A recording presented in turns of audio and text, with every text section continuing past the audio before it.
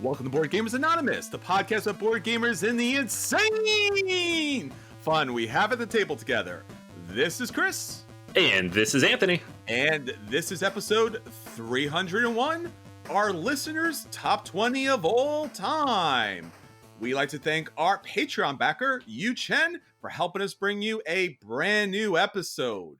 All right, Anthony, we are back, and we are in fact back with one of our favorite episodes of all time, our listeners' top 20 of all time. Yep. Yeah, we do this every year-ish around the time we do our top 100. And it's our chance to see what you all are playing and what you all love. And then to kind of compare it to ourselves and say like, oh, you guys are smart. Or what is this? What is this nonsense? I don't know. You've heard these lists before. But no, it's a lot of fun. And we always run a contest. So I get to like sift through all the entries. We had 240 something entries this year, which was amazing. It was like 40% more than last year. And that meant I spent a good chunk of time on Saturday, buried in Excel, playing with a spreadsheet and getting to find out how many people voted for each game, what the total percentages were. So we're going to share with you like what percentage of people put a game on their list. That was kind of a cool thing I was able to pull this year. Sure. And yeah, it means 240 of you out there are eligible to win as well. I have not pulled the winner yet. We're going to do it live tonight. Absolutely. So we have a great episode for you talking about our listeners' top 20 of all time. We should mention that as profound and as great a list is of our listeners' top 20 of all time, we did a list that was a little bit bigger last episode. You might have heard of it. I'm still recovering, man. Yeah, our last episode, episode 300, was our top 100 games of all time. And in fact, we recorded it here on Twitch on Board Game Arena, which we should also mention. If you're watching the podcast for the very first time and you want to jump into the chat, jump onto Twitch, go to Board Game Arena, and you'll find the same feed here, but you actually get to jump into the chat as well. But on that episode, we did all 100 of my games and all 100 of Anthony's games, and it took about 3.5 hours to record, but it's up, it is live, and it's there for you. Yeah, and like the thing you didn't see, because we were 3.5 hours, we were live, but it took about an hour before to prep and make sure we were good to go, and then like 30 minutes of decompression afterwards. So it was like 5 hours of sitting here being like, do we got this? We got it. And that was our biggest episode we've ever done. I checked the numbers. That is the longest one we've ever done, and we did it all live. So if you listen to the audio, 0 edits. Absolutely. And I think that's really commendable. It's been over 7 years, over 300 episodes, and we finally nailed it, and we nailed it on a good one, because in the past, we did have issues with doing our top 100 episodes. So to actually have one that came out clean and that came out that long, and you and I did not fall asleep or collapse from exhaustion, pretty awesome, man. Pretty awesome. Yeah, man. The energy kept us going, right? That was good. And we didn't have to do it twice. Like, yeah. And again, for everybody listening on your favorite podcast player, if you are not here live and you're listening afterwards, obviously now Board Gamers Anonymous is doing our episodes on Twitch, as we were saying before, Board Game Arena. So you could listen, watch, see us live, see it recorded later on. Anthony will talk about those details, and just get more Board Gamers Anonymous. And again, big shout out to our Patreon backers. We would not be here without all of you. It means so much that you are helping us here. So we are producing more and more content to get the love of board gaming out there. Yeah, absolutely. Yeah, so all the different ways you can watch now or listen. We're live every night, or every Monday night, 8:30. So we're here right now. Tuesday, the audio feed will go up on Patreon for all of our backers there. So if you want to listen to the episode early, the MP3, it'll be there. Wednesday, the normal episode goes out on everywhere else. So Apple Podcasts, Spotify, wherever you listen to your podcasts. And then Thursday, the video will go up on YouTube. This week, it'll probably be Friday because of Thanksgiving. But so there's drops all throughout the week, depending on how you want to consume that. So obviously, if you're here with us live, you're in first. You know, you get the first chance to see this. If you want to listen to that audio early, you can help us out on Patreon, and you'll get access to those early files. Absolutely. There's so many ways to connect with us. Our Patreon backers are able to jump on Slack, let us know what they want us to do for future episodes. But that's not all. We're talking about more content. Anthony, we have something called BGA Live that goes on every Wednesday at 8:30. Right here in this spot on, on Board Game Arena's Twitch. Um, yeah, a lot of you probably already watched that. If you're watching right now, you got the notification because you are following BGA Live. But yeah, we every week 8:30 on Wednesday we are on live. We've done 12 of these now, so we're getting pretty good at it. And we talk through the news of the week. We talk through what's going on Board Game Arena, and we either play or watch some of our fellow gamers in the community play a game and walk you all through it. So you learn the rules, you learn some of the basic strategies, some of the cool stuff, some of the stuff that makes us angry. Lots of good stuff.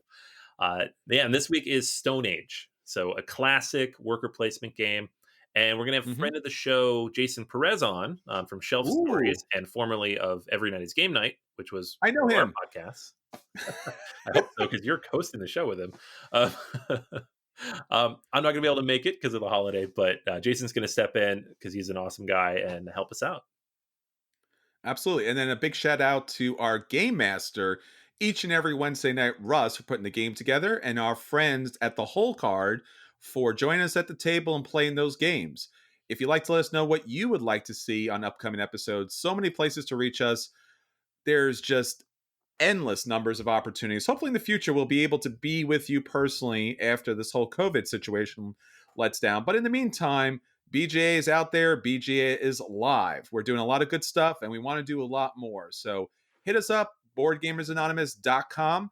Our website is probably the best place. All the videos, all the articles, everything that you want to know about BGA is up there.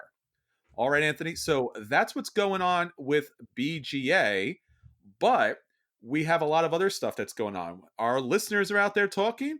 What's our question of the week? Question of the week this week: what's a type of game that no one makes enough of? What game mechanic do you want Ah, to see more from in the hobby? So, whether it's a gimmick or just a really cool thing that you thought would be a bigger deal and isn't, these are not the things you think are overdone. So, sure. nobody said legacy games. I think we're all good on that. But a lot of other stuff that maybe you wouldn't think of. So, we have a few that I pulled from the Facebook page, facebook.com/boardgamersanonymous. Some Hmm. examples from there. And obviously, if you're in the chat right now and you have an answer to this question, please shout it out. Chris will jump in and let us all know what you're thinking. Yep. So, first up, and this is one I fully agree with, Captain Sonar. So, we had a couple people in the Facebook group mention Sonar, which is like a wholly unique game. This is like 4v4 real time game in which everybody is playing a different part on the submarine. It is chaotic, it is stressful, it is incredibly fun, but also very stressful. Um, that kind of real time hidden movement, everything about it. Like the one thing I always had a problem with, like a hidden movement games, is they can drag on. They're slow. They could get a little clunky and they break. Like Fury of Dracula, for example. Sure. This one, all that can happen, but it happens so fast because you can't slow Yeah. down. So yeah, I would love to see more games like this, Yeah. If you like to shout across the table and yet have to listen as people are shouting, this is the game for you. and not just across, like laterally. Like, I what are know. you It's doing? but it's a really fun game and it's a wonderful mechanic. Yeah, absolutely.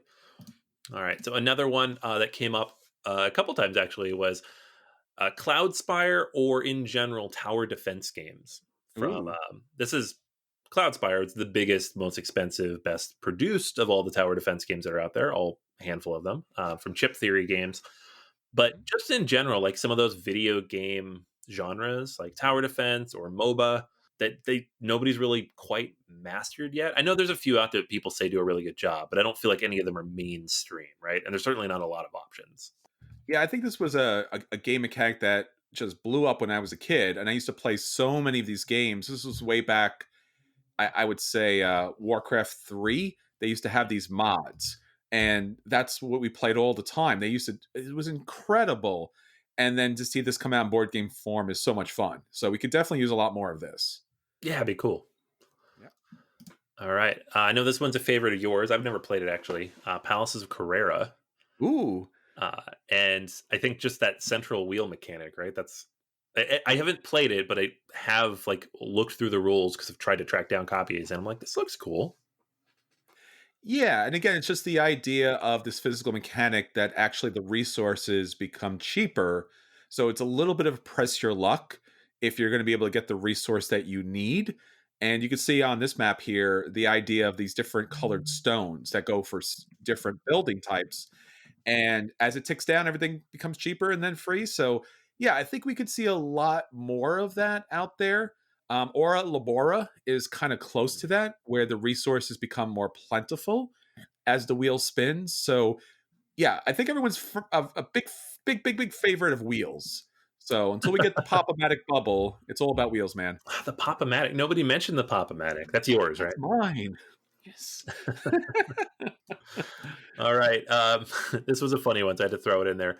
Andre, I should mention everybody's name. So Drew mentioned Captain Sonar on Facebook. Yes. Thank you, Hey, Drew. Drew. Pete mentioned Palaces of Carrera, and Brian mentioned Cloud Spire for tower defense. Uh, Cool. so this one's from Andre, and he says, just Cole Worley. Any games from Cole Worley. So if he could just clone himself and make more games, he'd be happy. And I think I'd agree because Cole, his the last 2 years were my game of the year. He didn't release a game this year. Oath isn't out yet, so 2020 game of the year will not be a Whirly game, but maybe 2021. It's possible, but then we'll have the Coley Wars, and I think Lucas already has that branded. Right? So I don't know if Uh, cloning is definitely the way you want to go with this, but yeah, it would be great. Yeah, I think that's a great idea. I think all of our designers, we need to keep them in like super special places that they can just produce games all along and are just as happy as can be. But we'll see. I don't know what that place would look like. It'd be like Meeple Land or something like that. I know, like, why can't they all produce like 3 or 4 games in a year, like Stefan Feld, and work a full time job? Oh, I know, what is that guy slackers. doing? Oh man. And then one more that I threw in there. This was actually along with the Palaces of Carrera, but Zolkin. And I threw this in there Yeah, because I want to see more of this. I love that gear mechanic, and it's one of those things that like it seems like a gimmick, and then you play it, and you're like, this is great because it shows you how you're programming your actions and planning ahead very, very tactically, very, very tangibly. You can feel it. You can see it. You can watch it move. A lot of games have this kind of mechanic, but you don't get to see it as much. So I love the physical nature of this. yeah. And no, I'm a big fan of this too. We just played this on our last episode. So if you haven't seen us play Zolkin or you want to know about Zolkin, check back because BGA Live had that game on there and we had a lot of fun playing that. Yeah, I like wheels. Wheels are awesome. Wheels are great. All my favorite games are wheel based. So yeah, that's great. We do have some shout outs in the chat. Ruby wants to let us know that she loves horror games and there are not enough out there. So be afraid, be very afraid. Russ wanted to let us know that the Amerigo Cube Tower is Oh not used enough. And I have to no, agree with that. no! I mean, the only other 3 games I can think of are basically the same game with different themes on them. Right? They're just remakes of Wallenstein. Yeah, and then a big shout out for multi-use card games. We had multiple people out there, and they're loving that. Maybe like used in La Granja. I know I have a lot of games that use that as well. Obviously, the Black Box edition of Glory to Rome, and so many other great games like that where you're just utilizing the cards in multiple different ways. Fort is a recent use for that. I mean, I love multi-use card games. I mean, it's one of my favorite mechanics, next to Pop-O-Matic Bubble. That's number one. Number one, Pop-O-Matic Bubble. My kids have actually been playing Trouble lately, Oh, and cool. man, it makes them want to kill each other. I don't know if it's cool or not. They have to learn about the randomness of games and the Pop-O-Matic bubble, It's just It's when they hit it, when you like land on the other person, you knock them back to the start. oh, yeah. It's just like you might as well like hit each other over the head with a hammer at that point. Like it's no good, Siblings and sorry. You have to be very careful with that. right? So, you have to say sorry. That's a good parental note, right? You have to say sorry after you knock somebody out. Yeah, Later on in life, when you play board games and you knock somebody out, you're like, "Sorry, not sorry? I don't know, yeah. I have to do this?" Quite happy to have So done this because now I am winning. It's true. All right. So there's so much good stuff going on there. Our question of the week comes out each and every week. You can find it on Facebook. You can find it on Twitter. Basically, all of our social media is out there. If you find a social media that we're not out there, or if you find a podcast player out there we're not on there, let us know because we will get on that immediately. We want to be where you are. So hit us up. Those questions of the week come out every week. And again, if you weren't able to get to the question of the week on social media, come on to the chat because we'll now be here each and every Monday and you could chat your responses.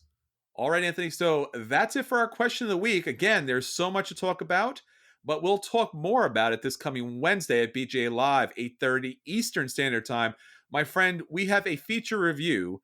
In fact, the most important feature review, our listeners' top 20 games of all time. But I think that you have a contest to run. Are we running that now or are we going to be running that later? How are we running that? Boom! Someone's getting a Oh, game.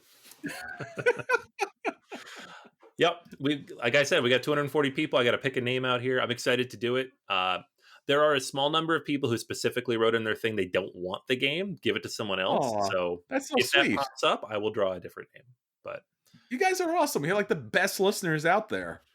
yeah, there's like usually you see one or two, but there was a good number of people just like I just want to Aw. participate. I was like, oh, that's nice. So 2020 isn't the worst year. Thanks to you all. We appreciate Yeah. that. Special shout out to you all. Great. All right. So we're clicking and we are picking the winner. Pow. Type that in. Could it be me? And No, no, I don't think you entered. You did I yours did last not week. enter.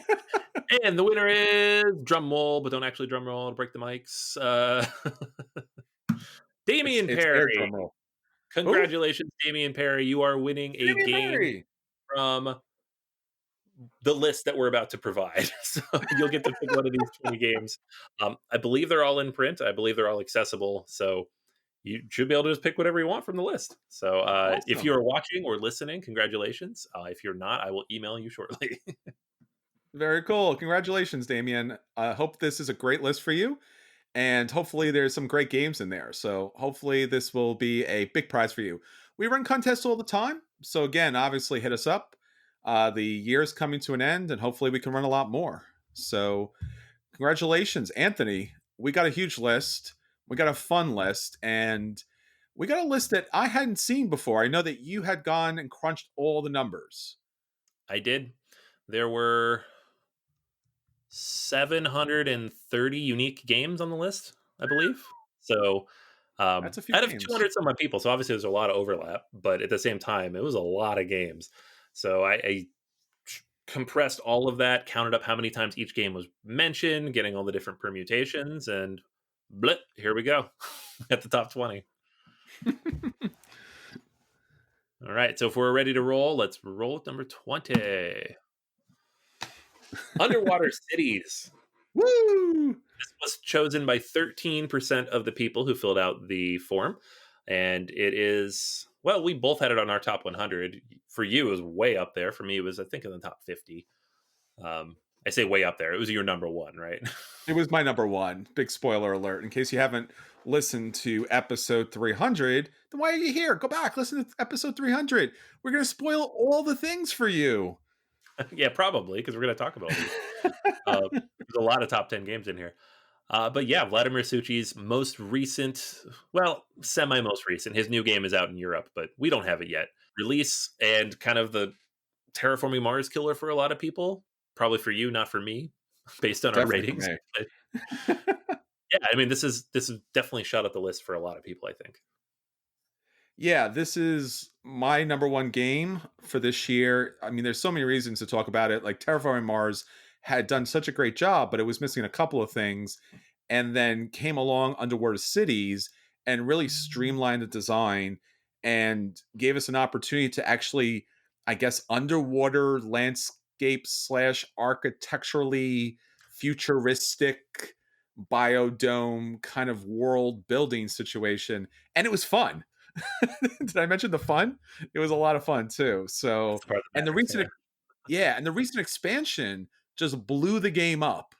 I mean, I love Vladimir Suchi's games, and when I played this, I was so happy. I think we talked about this in the podcast. Like, you literally had to drag me away from the table as people were like, "Oh, we don't have time to play this." I'm like, Right. "No!"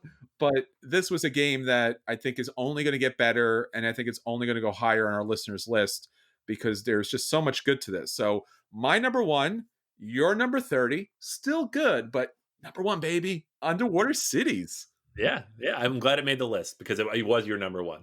Um, It was. yeah, I don't know if my number one made the list, but it's a little harder of a game for this kind of list. We'll All right, see, so we'll that's see. yeah, yeah. Number 20 then, 13%.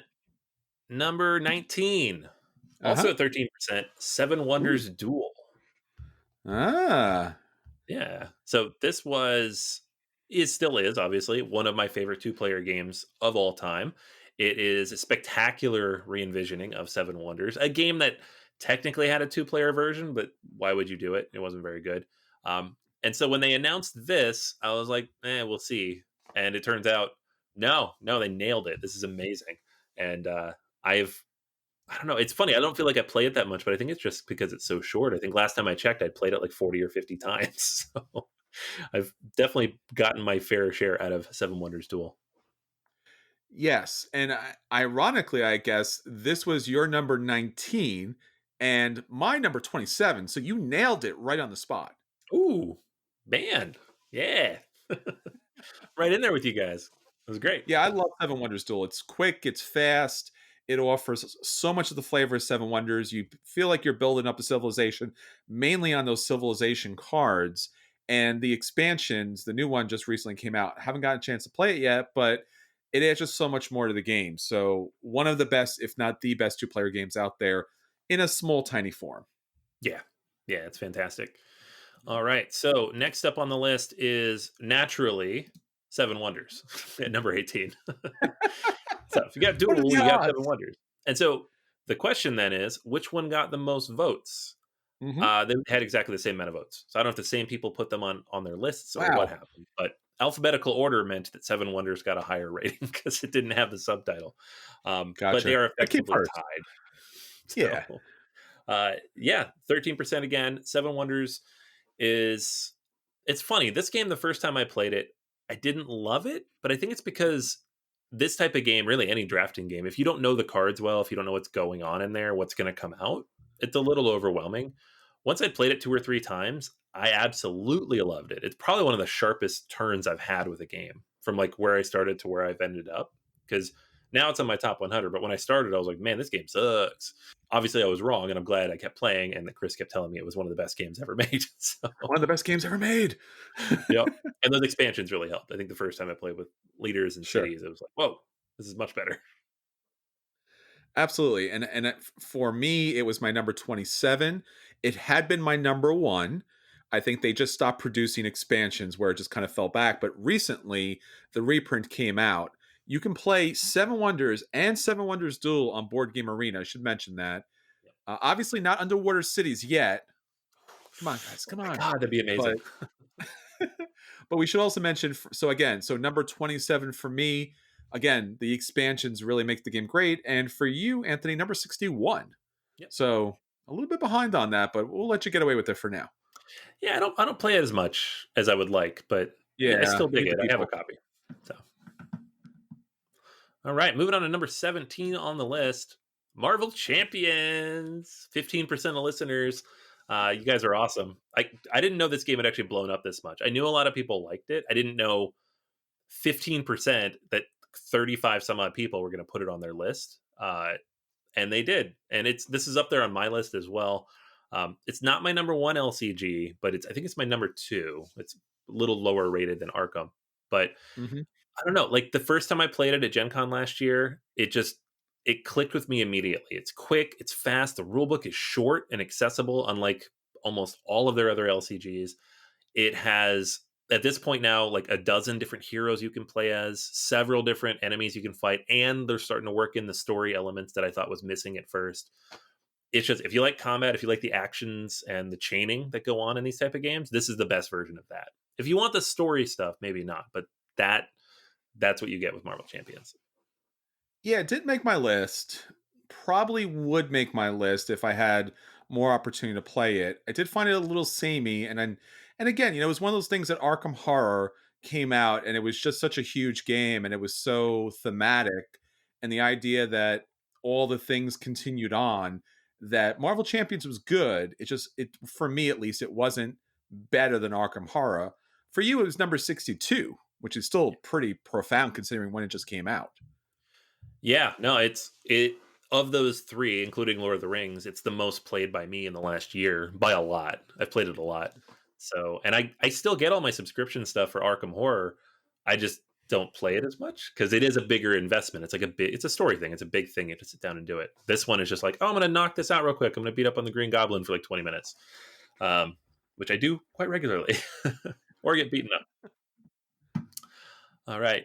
Moving on to number 16, we've got Teotihuacan, City of Gods, 16% of listeners. It's another one that's on Board Game Arena. And that fact alone pushed it all the way up into my top 10 this year because I've been playing a lot of it. It's has become, I think, my favorite Tashini game. And I have a lot of his games on my top 100. If you listen back to last week, I think I mentioned Yeah. not all of them, but like 4 or 5 of them. So it's he's one of those designers that just for whatever reason that combination of the dice mechanics and the work, the action selection, and everything else is just perfect for me. I love it, and this is the somehow the most streamlined and simple, but not simple takes on that, and I absolutely love it. So I can see why a lot of people are on board with that. Yeah, it was your number 9. It didn't make my top 100, but like you said, with Board Game Arena, and we played it here on BGA Live. We also played Seven Wonders Duel, of course, too. But I have been able to get to the table more thanks to the digital implementation. I wasn't able to pick up a copy, but again, like you mentioned, it is one of those games that it does grow on you with time. It is a giant rondel, which is kind of fun because you're running your people around and around and Yep. around the map. And then eventually they land, eventually. And you're like, oh, I can get all this stuff. And if I land more people here, I can get so much more stuff. And that becomes a lot of fun. And building, again, if you have a physical copy of this, especially building the Great Pyramids here, it's just a lot of fun with those tiles. It's a wonderful production. And we should also mention a relatively cheap price Right? because they Yeah. could certainly don't I hope they're not listening, but they could certainly charge a lot more for this great game. So don't do that, but it's great. Yeah. No, I mean, like you look at not to call out any names of companies or anything, so I won't. But certain companies charge $70 for games of this caliber now, and this one's Yes, 50. So you can get it easily online for like $35 for this game crazy. is insane. There's so much in the box, and like Yeah, literally, physically, so much in the box. So also the expansion, get it before it goes out of print.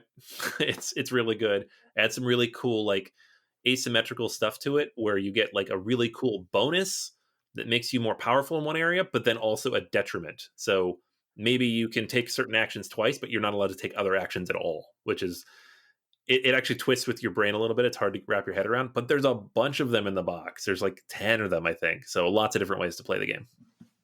yeah. And if you like the T games from Tishini or Terzi, episode 285 is your episode because we cover them all, but we cover every game. So Yeah. Anthony's review is in there somewhere, glowing, glowing, glowing, glowing. Oh, absolutely. Yeah.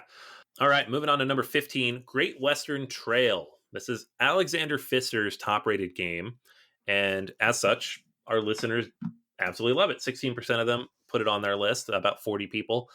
And it's funny because this is one of those games that is so universally acclaimed and shows up on all these lists. And I keep thinking, why don't I like this game more? What am I missing? Am I Sure. missing something? I don't know what it is, but I have a copy, but it's certainly not one of those games that's a go-to for me, and certainly not of his. Like if I'm going to play one of his games, there's 2 or 3 others that I would prefer. That's not to say it's a bad game. I think it's fantastic. If somebody puts it down in front of me, I will play it, but it's just not there for me, so it's not on my list. Yeah, it's for me. It's a very light play. Again, I've enjoyed the game, but it's almost too winnable, and it's almost a little too simplistic. And he's such a great designer that I'm a little surprised. The expansion, surprisingly enough, dropped this game down for me. It just Mhm. lengthened the game for no particular reason. But yeah, I think I'm the same way. If you put this down, I'll play it, but I don't own a copy of this, and I don't see myself owning a copy of this in the future. But no, I get it. Yeah, I mean, his games sometimes do that. They're just a little too long. I know that's a Yeah. problem for you with Maracaibo, which I actually love. That's a buy for me, but that one we played it when I visited last year, and Oh that my was a god, so long long. game. I think at night I still have dreams. I'm still playing. I'm like, no, no, I want to get out of this game. Oh man. All right, moving on to number 14. A little bit shorter. Clank. So I did compress these a little bit because we had a lot of people like, I like the Clank Egypt map, and I like the Clank Sunken Treasure map, and I like Clank in Sure, Space. And I was like, you know what? Clank. It's all the blank, same. baby. So 16% of y'all put some version of Clank out there, and here it is. It's a deck building game. It's a dungeon crawly type of thing. The whole idea is like you're delving down deep into this dungeon, getting as far as you can, but then you got to get it back out of there before, well, everybody dies. So if you're the last one down there, or if the timer runs out, you're not going to score any points. Um, and you're building your deck at the same time through various mechanisms. I'm making it sound more complicated than it is. It is a fairly simple deck builder. So It's true. I enjoy the game. I think it's a smart deck builder. Like you said, the idea that some of your cards are action cards in the game that move you, and because they're moving you, some actions actually cause noise. And the dragon or the alien or the monster, whatever it happens to be on that particular map, can wake up and start attacking. And I think that's a pretty brilliant idea.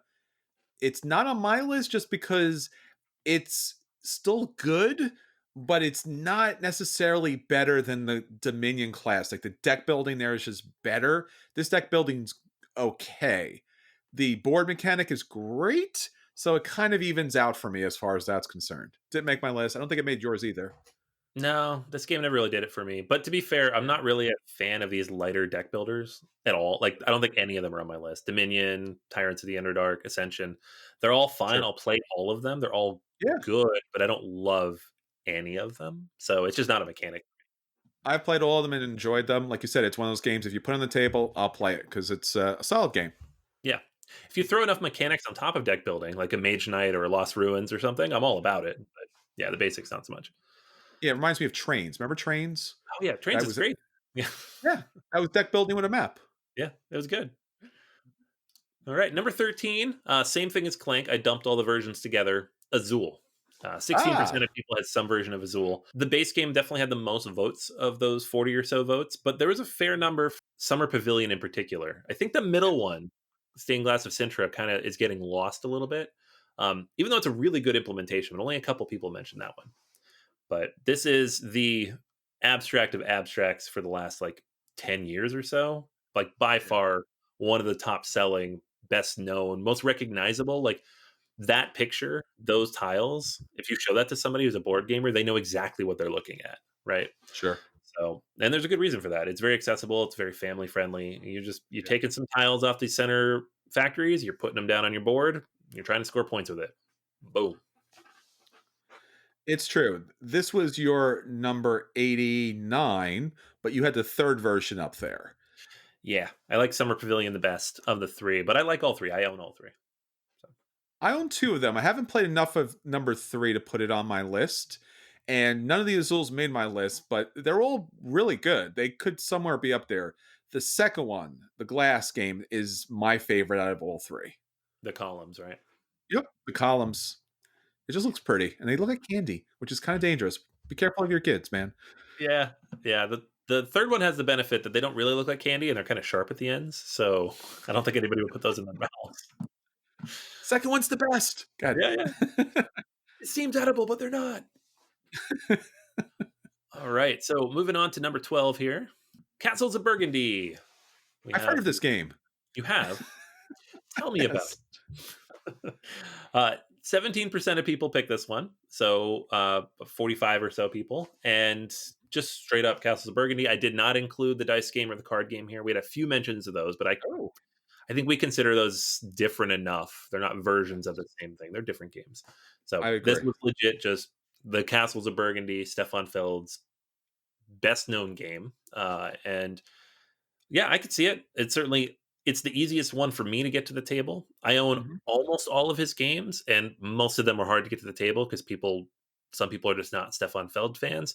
This one seems to kind of go over that line where people are like, "Yeah, no, that one's good though. It's fine." Yeah, I like the card version, and again, it is a different game altogether, but I love the card version of this. Right. The standard classic, modern day classic that is Castles of Burgundy, I do play. I have the online version of this, so I get it to the table. The online version isn't that great. I wish it was a lot better than it is, but the card version did make it pretty high up for me. For you, Anthony, the actual game version, I believe, is number 47, and then the card version is number 88, Yeah. which is, a little bit of a space apart, right? Your board game version was higher. For me, the card game, Castles of Burgundy, was number 50. Yeah, I think for me, base version of Castles of Burgundy, just it's a staple, right? It's an all-time classic for Sure. me. There are like 12 expansions now, like mini expansions that go in Oh that my box. god. And the right combination of those makes this game like that next level for me. It's got a Yes. full solo version. It's got a cooperative version. It's got all these different types of tiles and things you can throw on top of it. And almost all of them are good. So at this point, having most of those now from all the advent calendars I picked up and from the Board Game Geek store, and you don't have to do all that now. You could just buy the 20th or the 10th anniversary edition or whatever they call it. I went on a crusade to collect all of the special boards and extra collections and rare bags, and then they just reprinted the game. Yep. So That's what they do, man.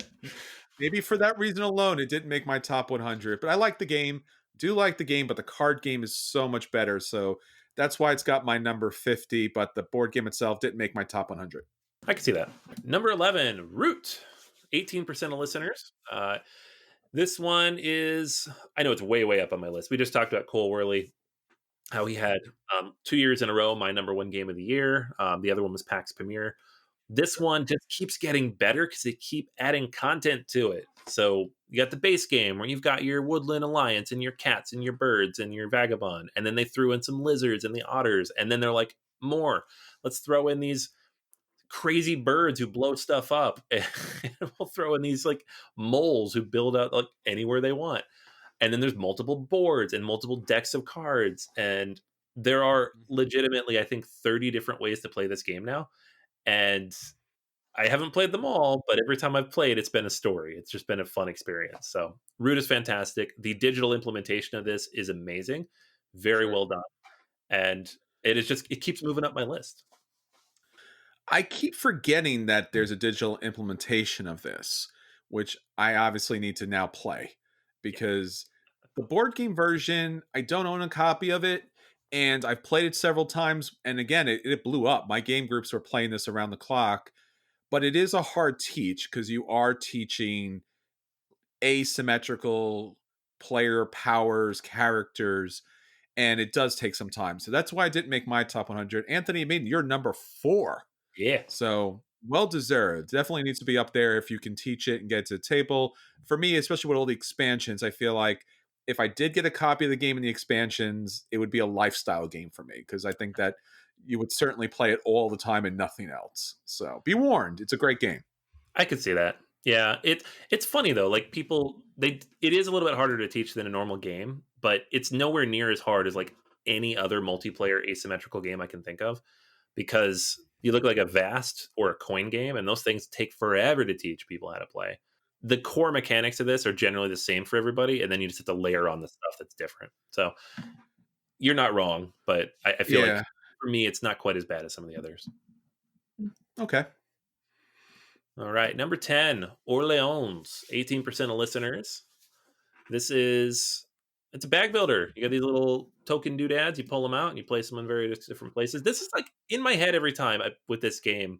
It's just you could do something over here, or you could do something over here, or you could do something over here. You could add these four expansions and do something here, here, here, or here. It just feels like a grab bag of stuff, and somehow it all blends together to work. And it doesn't seem like it should because it's just various modules and mechanics like all piled on top of each other. But it works. It's fun. Yeah, it's a great game. I remember when it first came out, we were all blown away by it. It was that bag building situation, like you said. Mechanically, it shouldn't work out because you are doing a deck builder, but in a bag. And then, yet at the same time, it's one of those situations where there's so many choices to make up your bag, and there is straight line paths to victory. Now, the expansions, both the small and big expansions, do open the game up a lot, and I think they are required. Otherwise, you're just going to do the scholar track all day long. So I think that this is a game that benefits from its expansions. If you've only played the base Orleans, then you are missing out. I think for me, this was my number, let me just double check, 69 for me. And it's well deserved. And I think this is a game that does better over time because I think you do need to try all the extra stuff that comes along with it. Yeah, I dig it, and I own it. I think I have all the stuff for it, but it's not on my top 100 just because Mhm. of all the different permutations you have to try to figure out and what works for people. And I don't know. It's funny. It's one of those games when we play it, I love it, but it just doesn't pop to mind otherwise. All right, number 9 on the list, Spirit Island. Number 18% Ooh. of listeners picked Spirit Island. This is a game that I know has been high on both of our lists for a couple years now, and Yes. kind of just like, at least for me, sideswiped me. I didn't back it on Kickstarter. I didn't know anything about it. The reason I Hmm. originally picked it up is that my local store went bananas over it. Like the owner of the store was like shoving this in people's faces as they walked in, like, play this game. It's like Terra Mystica but cooperative. I was like, okay. And you know what? It kind of is. It's really complicated, but in a good way. So you get rid of like the alpha gamer problem. You take on a really cool theme in which you're playing these spirits, like repelling the invaders, the colonizers.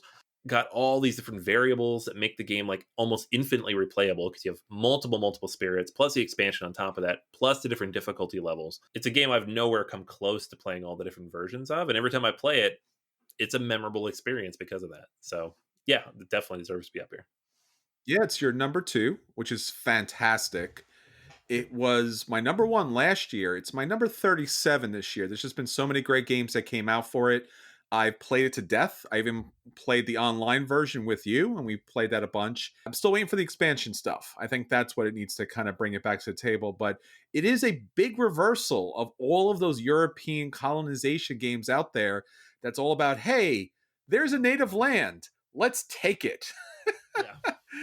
And here you get to do that as the, I guess, the AI, but now you have these gods that, again, and I think this is the difference with this and Root. There is asymmetrical game powers in this game, and there is differences to the gods, but it's not so different. You can give someone the board and be like, oh, this does a couple of things that make it unique, but it's not going to be radically different. And again, depending on how you put the gods together, there are certainly better combinations. And this is another game that does so much better with its expansions. Because with the base game, it just kind of shuts down when you win or lose. The expansions really open the game up. Love the expansions. Yeah, my local store here got copies of the new expansion in, and I think before I could even like put in a pre-order, I they're like, can't. "Ah, we're sold out." I'm sorry. I haven't been able to pick up any of the new stuff, and it just kills me because Yeah. it's ready to go all the time. And you can play solo. I love playing solo with that game. Honestly, I think I've played this 30 times and maybe 2 or 3 times with real people. Like most of it's been solo. That's great. All right. Number 8 on the list, Brass Birmingham. 20% of listeners, specifically Birmingham. I actually separated out Lancashire and Birmingham, and Lancashire actually had like a fair number of votes. It would have been like our number 22 or 23 on this list, but Birmingham had a lot of votes. Mhm. So, I people in particular, and we've had this conversation a few times. Like Brass was a good game, but it was kind of an ugly game, and some of the rules were a little wonky. They reprinted it, they made it beautiful, they tweaked some rules. Brass Lancashire, fantastic. Then they're like, actually, let's just revamp a few more systems entirely using this core system. We'll throw some beer in there, which seems silly, but it's really smart. And now you have That's smart. Birmingham, which is now one of the best games of all time. So, Yes. Yeah, again, I played Brass when it first came out, and I know our friend Dave out there especially does not like the new version. A lot of people don't like the new versions at all. The new versions, at the very least, brings the game back to the table. The iron clay chips are a phenomenon.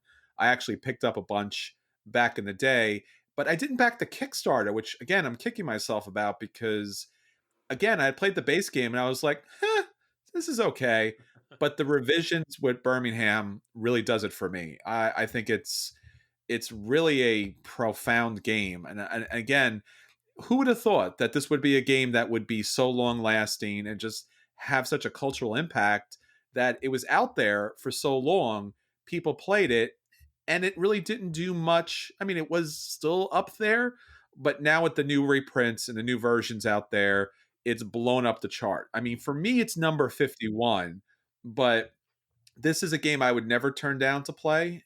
It's something that I would love to get to the table more. I don't even own a copy, but I will own a copy at some point. Again, I have to decide if I want Lancashire with it or if Lancashire is just, I'm never going to play. I'm just going to stick it on the shelf. How about you, Anthony? Have you played Lancashire or is it always Birmingham once? I've played it 3 times, but only once my copy. So when they first came out, everybody wanted to play both and compare them, and so I Okay. played it 3 times at the game group with different people to do that. And then once everybody kind of came to the same realization that Birmingham's a better game, we just play that. So, Sure. and there were even some people in my game group who were like, "No, Lancashire's better. I've always liked this one better. It's one of my favorite games." But I think those are the only ones who think that. Maybe not the only ones. I don't want to obviously insult anybody who thinks otherwise, but if you always played Brass and you liked it, then of course you're going to like the version that you've known forever. It was always a very good game. But for people coming to it brand new, like me, playing both of them like literally back to back at the same sitting, I was like, well, Birmingham, I like this better. I don't know. And I just got lucky. Like these came in, I heard some good buzz, and we were at, I think, Gen Con, and I Sure. just, Roxley Games happened to have copies of them, the Kickstarter version, Yeah. so I picked them up. And they were very expensive, but I'm glad I did now because they're impossible.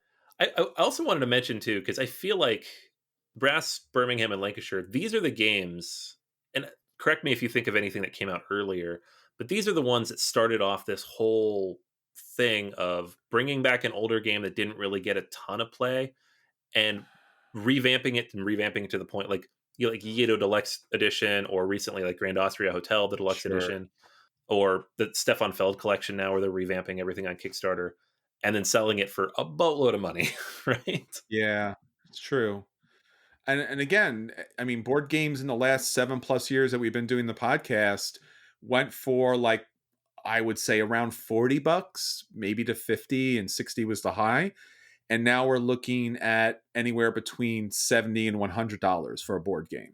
Right. So things have changed up quite a lot with it. Yeah. Yeah. All right. So moving on from number 8, let's get into number 7. Quacks of Quedlinburg. 23% of listeners had this on their list. And actually, a fair number of those people said specifically Quacks of Quedlinburg with expansion. So I'll make a special shout out for the Herb Witches. A lot of people like that expansion. Another bag building game. People love their bag building. Yes. This one, though, I don't know if this is, I don't remember actually if this is on my top 100. You have to tell me. It should be close if it's not. But this one I like more than Orleans because it is like a concise, precise design, right? It's not like all over the place. There's not like a proper way to play or like a a path to victory. It's relatively random. It is a lot of press your luck, obviously, with that wheel or the spiral there on your board.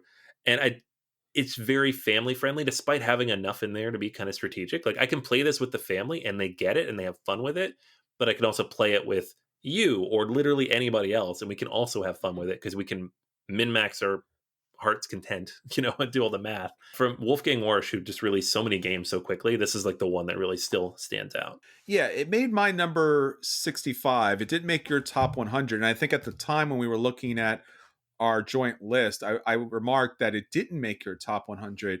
I played this back in the summer at a convention before North Star Games had picked it up, the European version of it. And I'm like, oh, this is really good. I mean, again, we talked about Orleans earlier. It's just like, oh, that's really cool. There's a lot of paths to victory and you build things. But when you play Yeah. Quacks, you're like, oh no, this is a lot of fun. This is the fun. This is the family version. This is the colorful version of Orleans. And I'm just like, oh, we need to play a lot more of this. And I'm so glad that it's exploded the way it has. Yeah, no, this is one of those games that like sometimes a game comes out, it wins a few awards, and then it kind of disappears, right? And then in a few Yes. years, people are like, "Oh, remember that game that won the Kennerspiel like 10 years ago?" And you're like, "No, not really." This one though has staying power, and it's always up there. And like the geek bits on Board Game Geek are a great way to know this. Like those are always sold out. You can never get them, right? Mhm. And they're crazy expensive, and people still want. Yeah, this is a game I love. I don't know why it didn't make my top 100. It must have just missed the cut. A lot of good games. A lot of good games. Yeah. Hmm. All right, number 6 on the list, Scythe. 23% of Ooh, listeners. Yeah, I know this one's still up on your list. it is. It's one of those games that I have not played now in a couple years and has certainly fallen down a fair bit, but I have not played a lot of the new content for it. So I have not played Rise of Fenris. I still have not gotten around to that. It's like I'm basing this off of the base game where having played it a fair amount those first couple years, it just kind of grew a little stale with me. But that Sure. said, I'm still immensely impressed by the production, by the game, by what Stegmeyer put together. And I keep my copy, never getting rid of that. I have one of the early Kickstarter editions, and and it's one of those things that I'm like, I know I'm going to get back to this eventually. So yeah, I'll let you speak to it more because I know you like this game a little bit more than I do. I love this game. I love it so much. Yeah, Scythe was a game that was great. Scythe was a game that I had predicted before it launched that it would make the money that it made, and I was pretty surprised about it, even myself. It just had everything. It was an Ameritrash game. It was a Euro game. It had a whole bunch of different ways to play. It had asymmetrical, minor asymmetrical game powers that came into play. The Rise of Fenris, again, I've said this 100 times, you have to play it with the game. It makes the game so fundamentally better that I can't even begin to tell you. Again, I really want to tell you, but some of that's spoilers. But if you have Scythe and you were like, and you get Fenris and you get Fenris to the table, now, certainly you could play the whole campaign, and that's okay. But really, the component parts and the ways you can now change the game up, super, man. I mean, it's such a better game with the Fenris expansion. The other expansions are fine, but the Fenris expansion, superb. Just out and out great. I gotta play it. Yeah, I think this one even fell off my top 100 this year, and you know, I know that it'll probably hop back on there if I get this to the table with the expansion.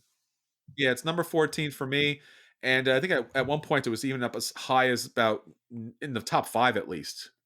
Yeah, yeah, I think you had like 2 or 3 at one point. Two or something, two or three, yeah, Yeah. in the past. All right, so that's Scythe. Hopefully coming back to my list next year. Number 5 is Viticulture, another Stegmeyer game from Stonemeyer Games. I'm sorry. Viticulture Essential Edition. Lots of different mentions of Viticulture. Let's just say Viticulture. But the Essential Edition is what you want because that's what they sell. Yes. And this is like one of those quintessential worker placement games that kind of seems to have snuck in and supplanted a lot of the other ones, like the Stone Ages and the Lords of Waterdeeps. And now people talk about viticulture. You want to Sure. play viticulture, and there's a few reasons for that. I think one is that it's a beautiful game. It's accessible. The Yes. theme is very relatable to like anybody who might be in your game group. So it's good for like couples or families or whatever it might be. It's scalable with the stuff that comes in there. Like you don't have to have all of this extra content in there. You can just make it very simple and play the basic version of the game. But it also has things like there's a solo version, or you have these like upgraded cards that come with it. I haven't really played this game a ton in recent years, if only because I tend to have bigger, heavier, meatier worker placement games. But I still really appreciate what Viticulture does. Yeah, it did make my top 100. I don't believe it made your top 100 either. And again, I did like this game a lot. It was a little random. That's really what just kept it off the top list for me. I love the thematic gameplay that you are growing grapes, you are aging the grapes, you're making wine, you're making different combinations. I mean, the gameplay is just out of this world. But the randomness of the cards, that I got a really super good cards is helpful and you didn't get a great card, that's kind of painful, and there is a challenge with that game. But nonetheless, it's still great. I own a copy of it. I have all the extra stuff for it. At least I think so. Not all of the stuff. I think this game had multiple small expansions that came out later. But great game. Great game. Absolutely. All right.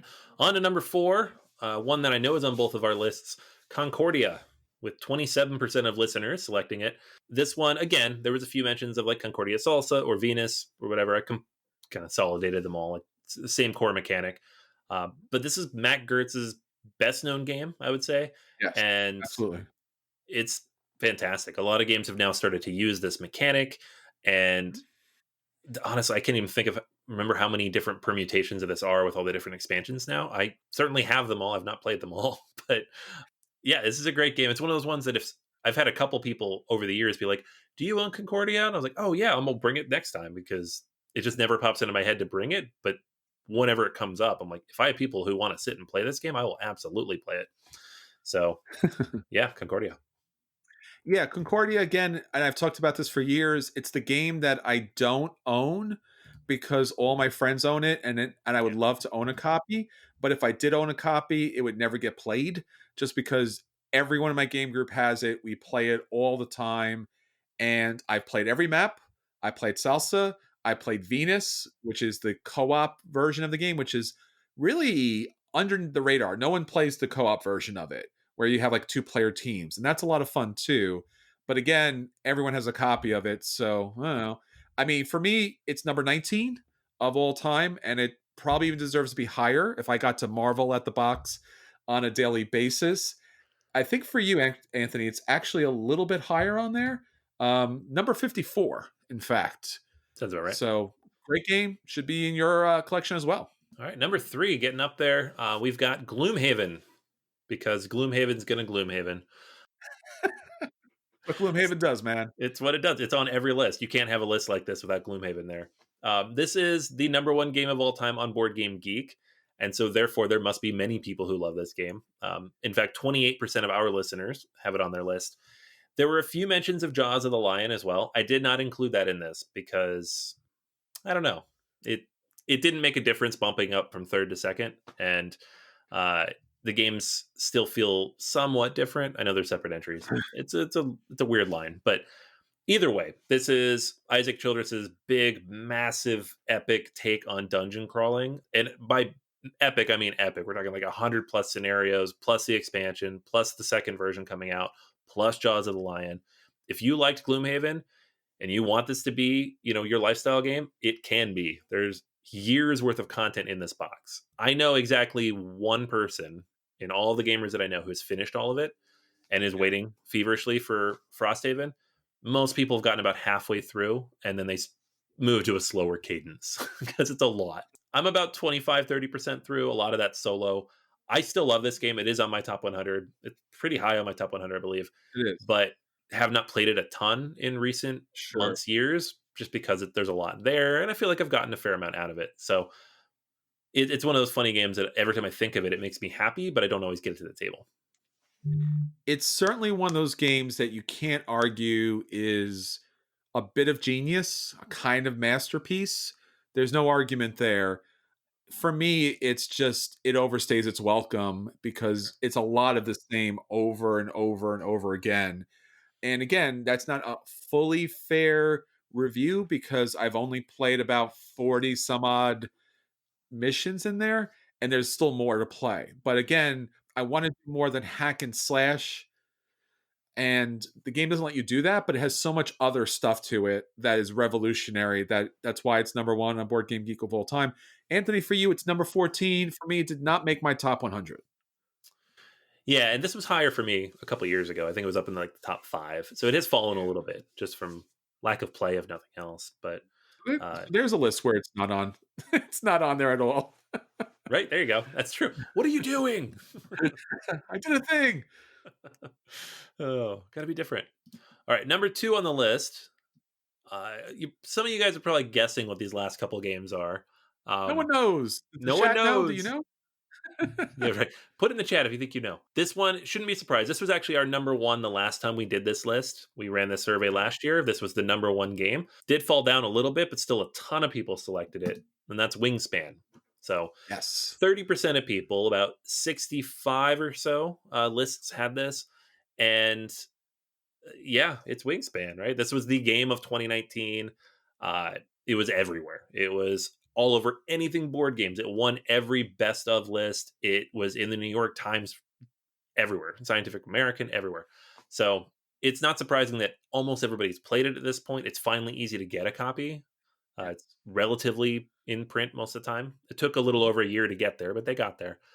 And now with the expansions coming out, adding more content, addressing some of the earlier issues with the game, it makes sense that it's up here. Yeah, the expansion does even out the somewhat lucky mechanic that people are able to put together a 3-card combo or even a 2-card combo in some cases and just run away with the game. So because of that kind of overhead as far as the combo is concerned, it didn't make my list. I don't believe it made your list either, but it's still very high for me. In fact, I recently bought the Wingspan version on Steam. I wish it was on Board Game Arena, but it's on Steam, and it's a pretty amazing version too. Oh, it's beautiful. Yeah, Oh my god, it's gorgeous. it's such a good implementation. And like if you turn the sound up, which I don't usually do with these things, and I'm like, oh, it's such a relaxing thing just to have on. It's funny because Steam said you could buy it as a bundle when I purchased it. And I'm like, all right, cool. What's the bundle? Is it the extra expansion? And it's like, no, it's just music. And I'm like, oh, come on. No way I'm buying that. And then I start listening to the game. I'm like, I should have bought the expansion. Music's great. All right, Anthony. So that leads us to our number one game for our listeners' top 20 of all time for 2020. We went through 19 fantastic games. Again, if you're in the chat and you want to shout out what you think the number one game is, if you're listening to this on the podcast or you're on YouTube right now, hit us up, make it legit. Let us know what you think everyone's number one game. You got 19 knocked off the list. Anthony, what's our listeners' number one game of all time for 2020? It is Terraforming Mars. 37% of listeners chose this one. It was like far and away. Like Wingspan was 30%. This one was 37%. So we're way up the charts here in terms of like the number of people who had this on their list. And this isn't one that has multiple versions. It's Terraforming Mars. So yep. I mean, this was I don't know if it was ever my number one, but it's always been up there for me, top 10. Never been your number one, but it has been your number three Number three. Okay, that was the this highest. year. Yep. This year. Mhm. All right. So this is a game that the first time I played it, like, so I sat down to play this. We got our copies before almost everybody else because we got them at Gen Con. And I sat down to play it and I'm going through it and I'm like, oh, this is something special. I think I should record a video, which is not something that we did back then. Sure. And I actually had, I don't know if it was the very first, but maybe this first or second video on YouTube reviewing this game. And it was so early that Cool Stuff actually put it on the sale page for the game. It's still there. You can go see my video. It's on the Cool Stuff landing page for Terraforming Mars because I was so excited about it. I was like, this is so good. I think I played it like 10 times that first week. And everybody I knew was like, bring the game, because we all want to play it. And so that game got so much play those first like 2 months before anybody else got their Sure. copy. And it's still a game I get to the table fairly often. Some games have come along, like, Underwater Cities, where certain situations I'd rather play that. But Terraforming Mars, with the right group of people, with the right upgrades, with Prelude, with the map expansions, like, I would sit and play this all day long. I would just flip the board, let's play it again. Change the cards out, let's play it again. I love this game. Absolutely. And this was your number three again. For me, it was number 75. Still a big fan of this. We told our story 100 times about this, about running and picking this game up for the very first time at Gen Con, running over to Stephen Bonacore and be like, Bonacore, Terraforming Mars. And we actually bought 2 copies of it. We actually knew this game was going to be huge. So much so that picking up 2 copies, I think at the time it was $70 each. Yep. And that was not a good production and still not a great production, although the new Kickstarter has a lot of cool stuff with it. So maybe that will be an upgraded, overdone kind of production, which will be great. But yeah, it's been one of my favorite games of all time. This has got a ton of table time. I think after Concordia, it's been Terraforming Mars at the table most with my game group, above and beyond, I think. So it's a great game. It's tremendous fun. If you haven't played it, you should play it. There are some expansions that are not great. Honestly, that's what punched it down a lot for me. It was higher on my list for many years.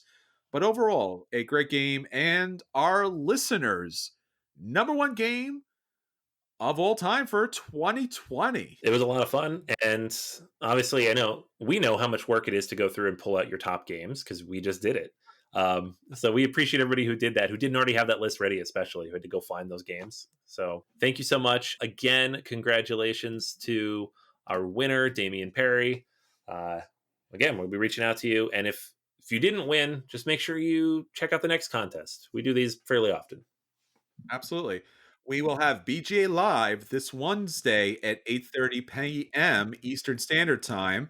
And if you love this episode, check back next week at the same time, 8:30 p.m. Eastern Standard Time, where we'll do another episode of Board Gamers Anonymous. That episode will be our holiday gift guide.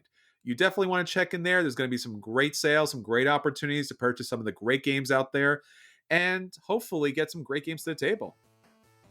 All right, Anthony. So until next time, this is Chris. And this is Anthony. Save you all a seat at the table. Good night, everyone.